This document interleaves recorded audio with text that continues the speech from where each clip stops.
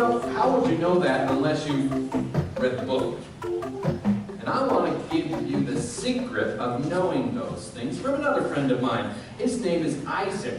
Isaac lived a long, long time ago in a land far away. As a matter of fact, he was a shepherd on the far end of the kingdom, and he took care of a small flock of sheep. One day, Isaac heard the royal proclaimer come out from the castle. As a matter of fact, there's a picture of the castle. There it is. Well, the royal proclaimer came out to the far end of the kingdom, and that's when Isaac heard the proclaimer unroll his scroll, and he said, hear ye, at such a day and such an hour, every one of the kingdom must appear at the palace for a great test. Well, Isaac knew that that day and hour he would have to go to the castle for some kind of a test. What could it be?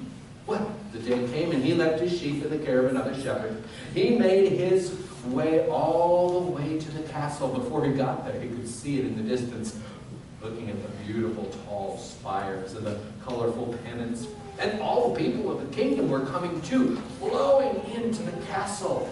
Well, he walked through those beautiful big streets. He had never seen anything so awesome. And then into the central courtyard where all the people were. Thousands of people. My goodness, never seen so many people at one time. And there was a balcony high upon a wall, and the king himself, dressed in his beautiful robe and his richly jeweled crown. Well, the king raised his hand, and immediately everyone in the courtyard grew quiet. You could hear a pin drop. The king said this, I, the king, wish to test my servants. The king called the royal treasurer to bring out a pearl. Now, this was not a little pea-shaped white pearl, like the string of pearls that Clarice had around her neck. No, this thing was huge. It was like the size of a softball. Beautiful, lustrous. The most beautiful pearl ever seen in the world. Well, the king had it placed right there on a pedestal in front of everyone, and then he called his #1 servant, his most trusted, loyal right-hand man. The king said this, I, the king, want you to break that pearl. King said, the servant said, my lord, can you repeat the question? I, the king, want you to break that pearl. That's what I thought you said.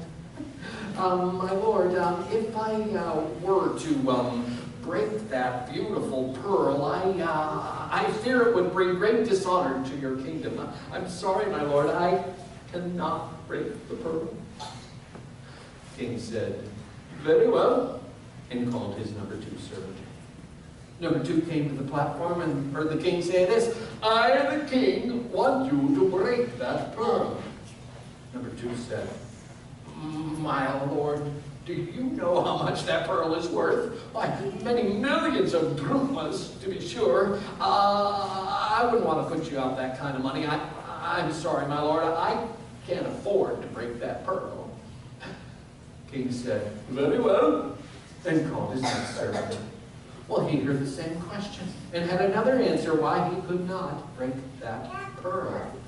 Well, the testing went on all morning and afternoon, all down the long line of the king's servants, until finally there was only one servant left. It was Isaac. Isaac came to the platform and he heard the king say this, I, the king, want you to break that pearl. Everyone was amazed at what happened next. Isaac picked up a huge stone lying nearby, picked it up, and he smashed that pearl to 1,000,000 pieces. Oh, he didn't. He broke the pearl. No. Yes, he wouldn't. He didn't. He couldn't. He did. Oh, Isaac's in trouble now. I can't bear to look. Oh, what? Everyone was amazed. Well, the king walked right over to Isaac, reached out, shook his hand. You passed the test. What? Isaac passed the test? Isaac? What? It said, how did you, Isaac, how did you know that's what the king wanted? Well, he said, it's very simple. No pearl is worth more than the command of my king. Ah, I knew that. that. I do that too. Well, that's the day Isaac got a new job. No longer to watch the small flock of sheep. Now, the king brought him in to become the royal treasurer. Now, he had much more to look after. Well, it was his job every day to go to every room in that great big castle. He went to the silver room, counted the silver. Went to the gold room, made sure all the gold was there. Counted all the drachmas. He went to every room, counting all the furniture, all the fine tapestries, all the beautiful artwork in every room in that great big castle, except for one. See, because way at the top of the tallest spire, there was one small room. And every day, Isaac would go all the way up to that room, go in, lock the door, spend about an hour, and he would come out again. People began to suspect. Hey, what do you think old Isaac's doing up there? Looks kind of fishy, don't you think? Yeah. I'll bet you he's got the king's jewels up there. That's what I think. Yeah. And his silver and his gold and his drachmas. He's robbing the king blind. Somebody better go tell the king. They went into the king's courtyard. They said, Your Honor, King, we think that Isaac, we think your treasurer is a crook. Really? Said the king. Yeah. Well, he goes up to that room every day, and he's got your gold and silver and all. We're pretty sure it's true because it's been in the paper, so it must be true, right? The king said this: if you believe it to be true, go and look. Just like that, they hit the stairs. Oh boy, Isaac's in trouble now. Oh boy. There's a lot of stairs. They got to the top. They tried the door. It was locked. They tried to break it down.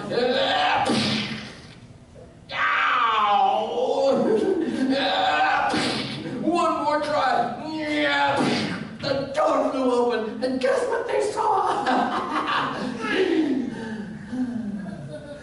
Nothing.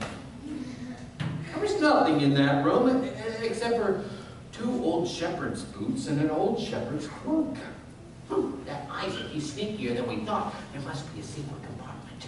They tried to find a moving stone. They tried to pull up the floor tiles. They pulled down the ceiling. They exhausted themselves, searching for something that was not there. And that's when the king walked in, followed by Isaac. The king looked around the room. He said, tell me, where is the gold you spoke of? No, king, there's no gold up here. There's nothing in this room except for those old smelly shepherd's boots and that cloak.